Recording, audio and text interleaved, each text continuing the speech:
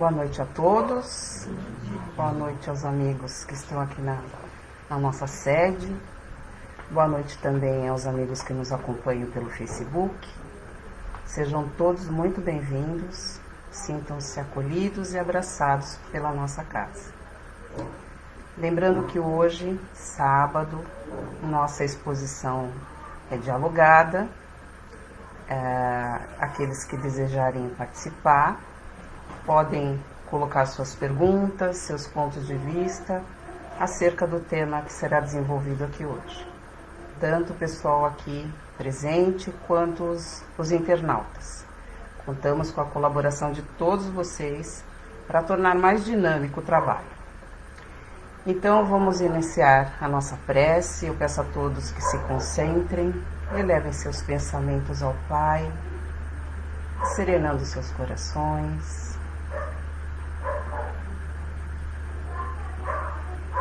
Pedimos a presença dos amigos benfeitores, a presença de Jesus, que nos auxiliará no entendimento dos seus ensinamentos que serão aqui trazidos. Pedimos ao Pai que nos abrace amorosamente e fraternalmente. Que os amigos benfeitores estejam conosco, nos auxiliando, acalmando as nossas mentes e que possamos fazer bom uso do entendimento dos ensinamentos do Cristo, colocando no nosso dia a dia esses ensinamentos, exercitando o amor ao próximo, a humildade, a caridade, a benevolência e a indulgência. Assim, certos desta proteção, deste amparo, pedimos autorização para iniciarmos a tarefa da noite de hoje. Que assim seja. A exposição de hoje está a cargo do nosso amigo Luiz Carlos e ele vai falar sobre a parábola da candeia. Bom trabalho. Obrigado, Beth. Boa noite a todos, sejam todos bem-vindos. Vamos tentar aqui contemplar todas aquelas necessidades dos encarnados e dos desencarnados que estão presentes nesta atividade. O Allan Kardec, ele coloca um capítulo inteiro sobre a candeia, né, que é o capítulo 24. Tal é a importância desta parábola, né? E não vi em outras parábolas, ele não tem percepção dele colocar um capítulo inteiro sobre uma parábola. E essa parábola, a parábola da candeia, é assim, extremamente importante se a gente vai olhar ela com a sua profundidade que tem que ser. Vou fazer aqui vou ler trechos importantes, né, desta parábola. Na verdade, o Allan Kardec sempre coloca no início de cada capítulo referências bíblicas, né, e passagens do Evangelho de Jesus. E depois ele faz um comentário e depois ele pede uma instrução para os espíritos sobre aquela parábola ali. Então vamos pegar trechinhos aí destas parábolas, né? Ou melhor, dessa parábola que tem a ver com a pergunta de hoje. Nessa atividade dialogada vai aparecer, a gente faz uma pergunta e espera que todos respondam e participem, né?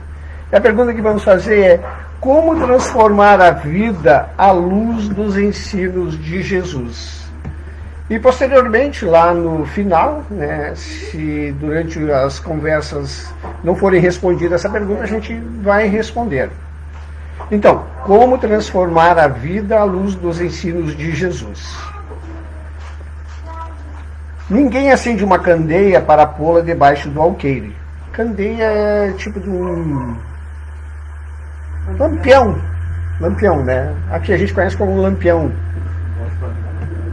suporte para vela, né? Tem outras denominações.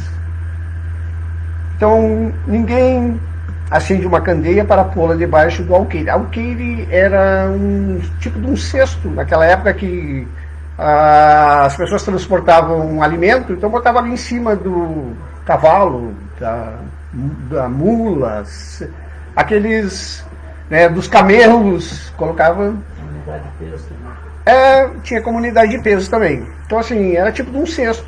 Então, aqui nesse item 1, ele está dizendo que ninguém coloca esse lampião embaixo desse cesto aí, né? Põe-na, ao contrário, sobre o candeeiro. O candeeiro era um tipo de uma base, né, para colocar esse lampião aí. A fim de que ilumine a todos que estão na casa. Isso está no Evangelho do Mateus, lá no capítulo 5, versículo 15. E no item 2, ele vai pegar o Kardec, uma passagem também do Evangelho do Lucas, que é bem similar ao do Evangelho do Mateus. Ele vai dizer que ninguém há que, depois de ter acendido uma candeia, a cubra com um vaso, ou a ponha debaixo da cama. Põe-na sobre o candeeiro, a fim de que os que entrem vejam a luz, pois nada há secreto que não haja de ser descoberto, nem nada oculto que não haja de ser conhecido e de aparecer publicamente. Então, aqui no Evangelho do Lucas, no capítulo 8, versículos 16 e 17, está bem similar ao do Mateus, né? E no item 3, que volta para o Evangelho do Mateus, só que ele pega agora já no capítulo 13, versículos 10 a 15. Aproximando-se, disseram os discípulos: por que lhes fala por parábolas? Respondendo-lhes, disse ele: é porque a vós outros foi dado conhecer os mistérios do reino dos céus. O que é o mistério do reino dos céus? Não é a vida espiritual, né? Não é como nós nos comportamos nesse reino, não é como, né, a gente tem ciência da nossa vida espiritual, a gente sabe que vai voltar para a vida espiritual, né? Esses são os mistérios. Mistérios é que não estavam claros. E ele vai responder, Jesus: é porque a vós outros foi dado conhecer os mistérios do reino dos céus. Então os apóstolos já sabiam da vida espiritual, né? Naquelas conversas, né, da sua caminhada de pregação, Jesus explicava bastante aos apóstolos essa vida espiritual que é a verdadeira vida. E aí ele vai responder: mas a eles não lhes foi dado, porque aquele que já tem, mais se lhe dará, e ele ficará na abundância. Aquele, entretanto, que não tem, mesmo o que tem, se lhe tirará. Então significa, né, que aqueles que desconheciam a vida espiritual, que eram os que pouco tinham dificuldade de entender essa parte aí, né? Acreditavam na ressurreição, mas o que era essa ressurreição? Uma coisa bem difícil de entender. Mas os apóstolos já conheciam bastante essa parte aí. Então, tá aí para a gente responder essa primeira pergunta: como transformar a vida à luz dos ensinos de Jesus, que em toda a sua pregação deu exemplos de como fazer isso, né? Em vários momentos ele deu exemplos em relações com os sacerdotes, com o povo de um modo geral, com o domínio romano. Em todos ele tinha essa postura de como, né, transformar a vida à luz dos ensinos que ele estava ali pregando. Temos perguntas aí, Elizabeth? E o Alex já respondeu: praticando os ensinos de Jesus? É. Mas quais eram os ensinos de Jesus?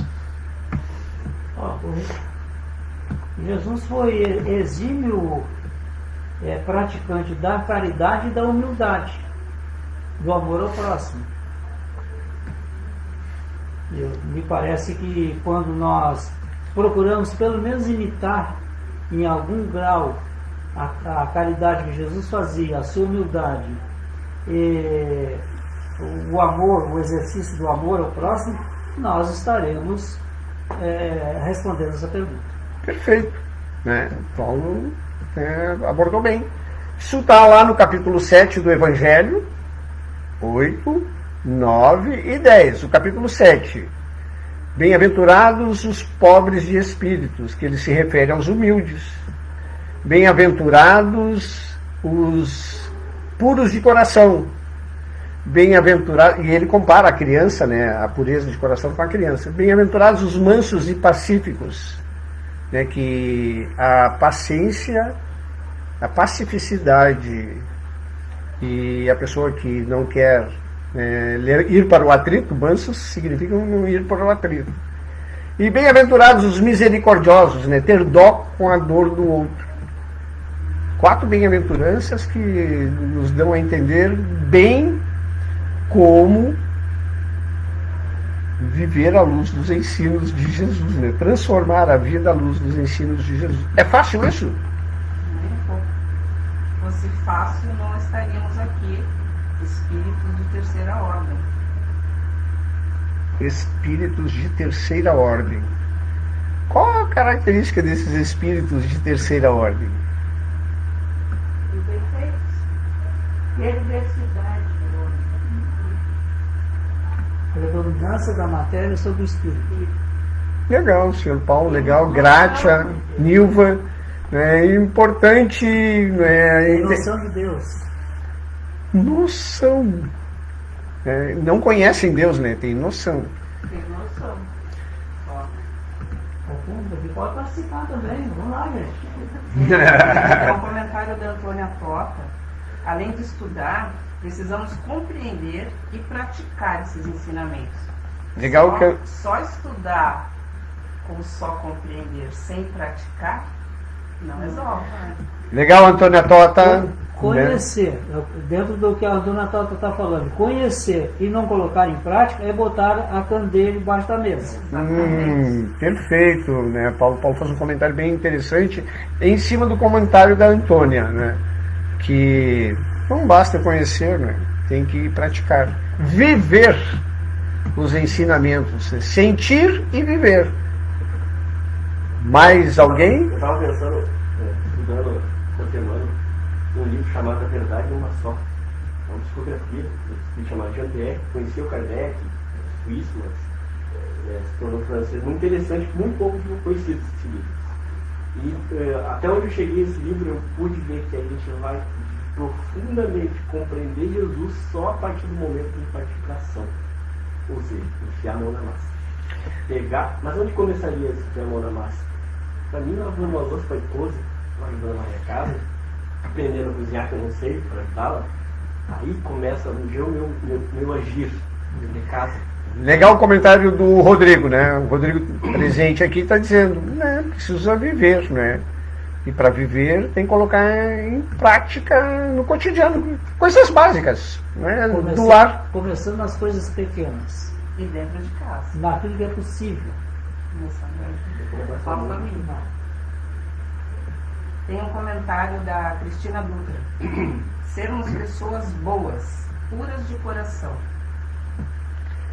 O que é a boa de coração?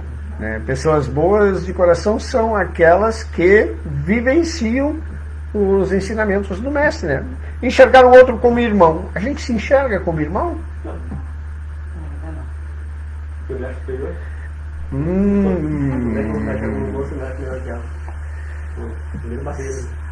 Primeira barreira, o Rodrigo está falando aqui, né? Se achar melhor. Orgulho e egoísmo, as chagas da humanidade. Enquanto nós formos presos a esses defeitos morais, a esses vícios, nós não vamos seguir os caminhos de Cristo na sua totalidade. A Beth aqui está falando, né, que enquanto nós tivermos muito presente em nosso íntimo orgulho e egoísmo, e aliás está no Livro dos Espíritos, né, não lembro o número da pergunta, né, mas o Kardec pergunta aos Espíritos qual o maior entrave do progresso. E eles respondem que é o egoísmo, né? O que é egoísmo? Pensar só na gente. Quando a gente começa a pensar no próximo, já muda tudo. E é interessante porque a gente, tendo uma postura orgulhosa e egoísta, eu estou botando a candeia embaixo do alqueire. Por quê? Porque eu estou atrapalhando a luz divina que poderia passar por mim para ajudar os outros. Legal esse comentário do Rodrigo novamente, né? Porque ele fala que nós temos a luz presente em nosso íntimo. E quando a gente não exercita todos esses conhecimentos, não exercita o amor ao próximo, o que aparece? A gente está colocando a candeia embaixo do alqueire. É bem interessante essa realidade que a gente não se dá conta. Como é que a gente se dá conta disto? Como é que a gente vai olhar, eu estou nesse caminho errado? Quando dói, quando a vida... Precisava ser quando dói? Não, mas... Poderia ser no amor, né? Mas a maioria das vezes é na dor. Quando a situação se complica, nós descobrimos que há um Deus, que há um Jesus só nas complicações, porque quando está tudo bem, nós nos lembramos deles, né? Legal o comentário do Paulo, né? Porque a gente só vai lembrar do Criador quando a dor aparece, né? Porque aí a gente se lembra que tem um ser superior que coordena tudo. Mais alguém aí? Não? Quero fazer outra pergunta. A gente já fez um inventário das coisas das nossas vidas para saber o que precisamos mudar? Porque a pergunta primeira lá é a seguinte: como transformar a vida à luz dos ensinos de Jesus? E a gente sabe que nesses comentários que a gente fez aqui, que as imperfeições, elas estão presentes. E se as imperfeições estão presentes, a gente já fez esse inventário para saber quais os tipos de imperfeições que está predominando em nosso íntimo? Ou a gente é ser de luz? Não, ser de luz não, mas eu acredito, Luiz, que a grande maioria da humanidade não pensa em fazer esse inventário das suas potencialidades e nem das suas fraquezas. Vive a vida animal. São Paulo, vida animal seria o quê? Viver para a matéria, viver dos instintos, da preservação da vida. A vida material, do que me satisfaz. Alimentar-se, trabalhar, procriar, descansar. Ele esclarece aqui o senhor Paulo que é alimentar, procriar, trabalhar e descansar. Né? Então, isso que é automatismos dos mais presentes, né? Mas para chegar o Paulo fez um comentário aqui importante, né? Que nós somos espíritos de terceira ordem, que a matéria ainda domina o espírito, né? Quem responde isso é os espíritos, Allan Kardec. E que os espíritos, a gente quer chegar a espíritos puros. Sim ou não? Sim. Na escala, na ordem dos espíritos... Nós não queremos, chegaremos. Legal a correção. Não tem como impedir. Não tem como impedir. O progresso é inexorável, não tem como impedir. Então, para chegar a próxima ordem é a segunda, nós somos de terceira. Na segunda ordem, a característica é: os espíritos dominam a matéria. Olha que interessante essa etapa aí. O que é dominar a matéria? Significa dizer que a dor no meu corpo, eu suporto ela sem precisar de medicamento. Dá para entender isso? Não. Porque com qualquer tipo de dor, a gente vai correndo na farmácia pegar um analgésico. Hã? Olha, o nosso público está dizendo aí, que está concordando aí, ó. Que já estamos no caminho de segunda ordem. Isso. Já estamos dominando. Eu ouvi vários, eu não. Aqui, ó. Então, o que está presente? Só se a dor persistir por muito tempo e for insuportável para eu tomar um remédio. Olha só. Né? Estamos a caminho. A caminho. Aí, As mulheres estão falando assim que sim, os homens não querem.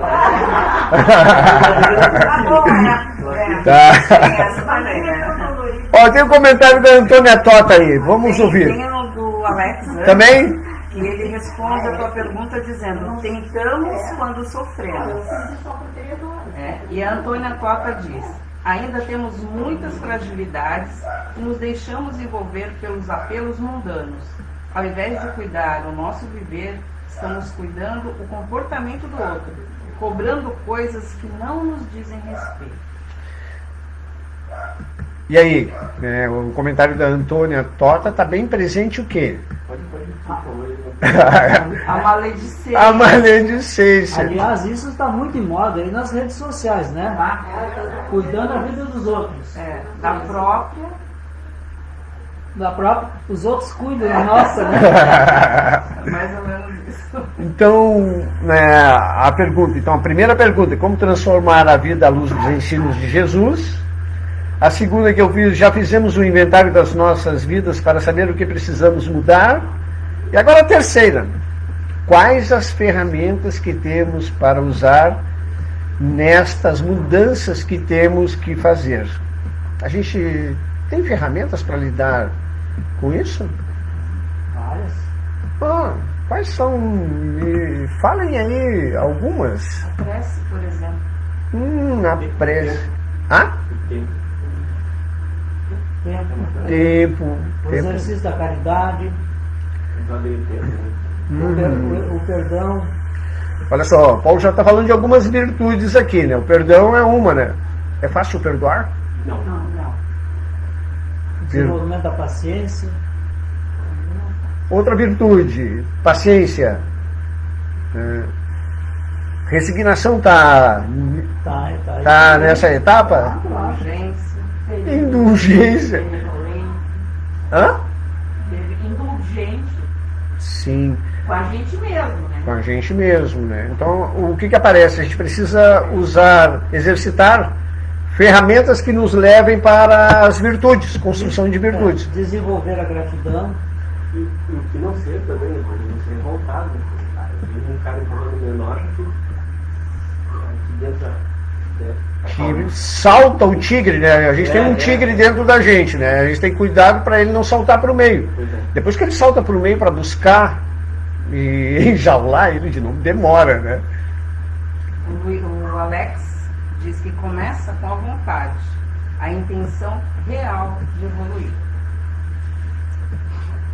A gente, quando vem para a encarnação, né, falando contribuindo aí com o comentário do Alex, a gente tem um plano reencarnatório. Nesse plano reencarnatório está presente a se melhorar. A primeira coisa que a gente tem que fazer é se melhorar, né, para não atrapalhar os outros. Então, o exercício de virtudes é determinante. Porque quando a gente começa a exercitar virtudes, e a gente citou algumas aqui, resignação, perdão, paciência. Paciência é uma coisa bastante difícil, né? Porque nós somos seres impacientes ainda. Né? E a paciência está atrelada à tolerância. Tolerância, né? Vai, Beth. A Sandra Costa diz tolerância.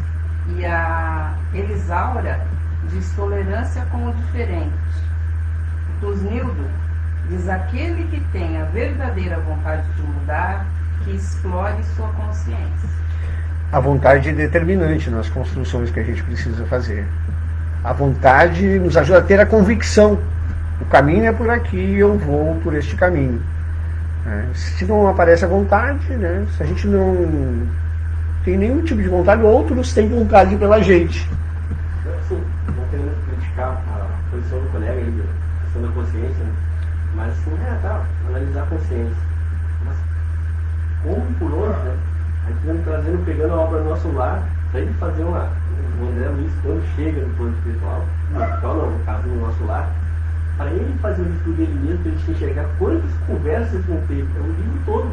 Ele conversou com o enfermeiro, ele conversou com o Tobias, ele conversou com a tia, a mãe do colega, ele faz o livro todo para ele conseguir se enxergar.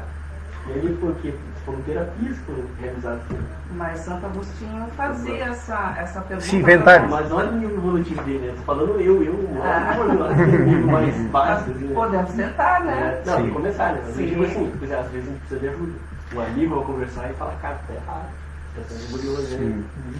Pessoal, Sozinho, quando o André Luiz chega em nosso lar, ele vê aquele hospital maravilhoso, as camas suspensas, os leitos suspensos, a TV plasma, né? E ele quer saber que tipo de hospital é aquele, né? E aí vai chegar para ele o ministro Clarencio, que vai falar: é lamentável que tenhas vindo pelo suicídio. E aí ele vai dizer: mas como? Eu não me suicidei, né? Eu não tirei a minha vida. E aí ele vai falar que o ódio, a irascibilidade, julgar, isso tudo são a bebida, os vícios, isso tudo são formas de suicídio inconsciente. E ele fala que coletividades na Terra desencarnam por este motivo. Olha só, coletividades. Suicídio e... se matando, né? Quando tu queima por algumas ações, tem estado emocional muito. Sim, mas olhem só, não é, a gente tem ciência que a gente comete essas atrocidades para a gente mesmo quando a gente está exercitando esses pensamentos ruins? Mas essa parábola justamente é para isso, para a gente se apropriar desse conhecimento e fazer uso em nós. Perfeito, Paulo. Perfeito. O teu comentário é bem... A mensagem de Jesus não é para o outro, é para mim. Perfeito. Nós temos que... já nos apropriamos do conhecimento, né? Agora colocar em prática. Que é uma etapa das mais difíceis, né? Colocar na prática esses ensinamentos. Paciência, resignação, perdão, amar o próximo, indulgência com as imperfeições, são tudo um roteiro de exercícios que a gente tem que fazer. Vai ter que ter força para isso, né? Mais alguém? Tem ali... Mais algum? Não? E em casa, como é que nós devemos, ou pelo menos deveríamos nos comportar com a família? Era exatamente a outra pergunta que eu ia fazer agora, né? Que é, olha só, Paulo, a gente sabe usar essas ferramentas, né? E qual o ambiente mais próprio para gente, próximo para a gente usar? Não é a família? Mas a gente, quando compra uma ferramenta, vem lá o manual de instrução, não é? Aqui a Nilva está dizendo que a gente não lê o manual de instrução, mas o nosso manual de instrução a gente conhece. Qual é o nosso manual de instrução? Evangelho de Jesus. Evangelho de Jesus. É o manual de instrução. Diz em cada etapa da caminhada como a gente tem que nos portar. A família é que mais sofre com a gente. Porque a gente acha que está em família, todo mundo tem que aguentar. Eu sou assim. Meu Deus! Assim, tô velho, tô em casa mesmo, que eu posso ser do jeito que eu quero. Sim. E como é que na rua a gente se comporta? Como que em sociedade a gente procura ser o melhor para os outros? Por que dentro da nossa família a gente não faz isso? A Nilva está dizendo que a dificuldade é muito grande na família, porque na família a gente é realmente aquilo que a essência. Aqui na Casa Espírita a gente interpreta papéis, né? Chegou ali, né, a gente tem o tridente, né, o chifrinho, né? A gente deixa lá no... A gente deixa no portão lá, né, ali, e veste o quê? As asinhas. Ai, que pessoa maravilhosa! Chegou aqui! Sim, agradável. Agradável, volta para casa mesmo. Veja aí, Jesus classificava esse comportamento com uma palavra só. Hipócritas, né? Hipocrisia. Aliás, ele chamava os fariseus de hipócritas porque conheciam a lei. A gente conhece o Evangelho? Claro. A gente tem a ver com os fariseus? A gente lei tem um de Deus pouco de... na nossa consciência, não podemos dizer que desconhecemos isso. A gente pode confundir, mas ela, de uma hora para outra, ela aparece na consciência. Então a gente sabe, faz errado, porque nos falta capacidade de fazer melhor. Mas a gente pode aprimorar. Sim. Aqui. E o laboratório do aprimoramento chama-se Família. Família. Né? Lá na família, quer saber quem eu sou? Vai lá e pergunta para minha filha. Fala meia hora com ela, ela diz. Ele é assim. Né? Fala só meia horinha. Né? Que é a nossa realidade que a gente está vivendo. Né? Mais perguntas aí, senhor Paulo? Não, acho que por aqui parou. Também. Tá, vamos responder. Nós temos que fazer a resposta. Resposta da pergunta. Então a resposta da pergunta é essa, está no capítulo 11. Né? Amar o próximo como a si mesmo. Lá tem no item 1, que ele retira do Evangelho do Mateus, o Kardec, diz assim: os fariseus, tendo sabido que ele tapara a boca aos saduceus, reuniram-se. E um deles, que era doutor da lei, que era conhecedor do Evangelho, para o tentar, propôs-lhe esta questão: mestre, qual o maior mandamento da lei? Qual o mandamento maior da lei? Jesus respondeu: amarás o Senhor teu Deus de todo o teu coração, de toda a tua alma e de todo o teu espírito. Este o maior e o primeiro mandamento. E aqui tens o segundo, semelhante a esse: amarás o teu próximo como a ti mesmo. E aí ele vai dizer: toda a lei e os profetas se acham contidos nesses dois mandamentos. Então, se a gente quer transformar a vida, né, à luz dos ensinos de Jesus, é só seguir esses dois mandamentos, que é amar a Deus do fundo da alma e do coração e amar o próximo como se fosse a nós mesmos. Fazer aquilo que eu gostaria que fizessem para mim, nas várias formas do cotidiano.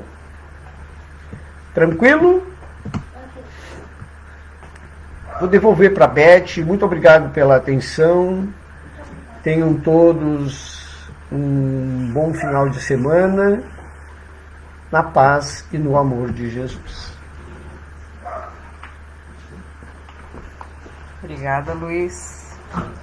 Muito boa a tua exposição. Como a maioria que sabe, aos sábados fazemos uma irradiação para os suicidas. Hoje eu trouxe um trechinho do Evangelho que fala sobre a prece, antes de começarmos a irradiação. A prece é reclamada pelos espíritos sofredores. Ela lhes é útil, porque vendo que pensam neles, sentem-se menos abandonados, menos infelizes. Mas a prece tem sobre eles uma ação mais direta. Reergue-lhes a coragem, excita-lhes o desejo de se elevarem pelo arrependimento e pela reparação, e pode desviá-los do pensamento do mal. É nesse sentido que ela não só pode aliviar, mas abreviar seus sofrimentos.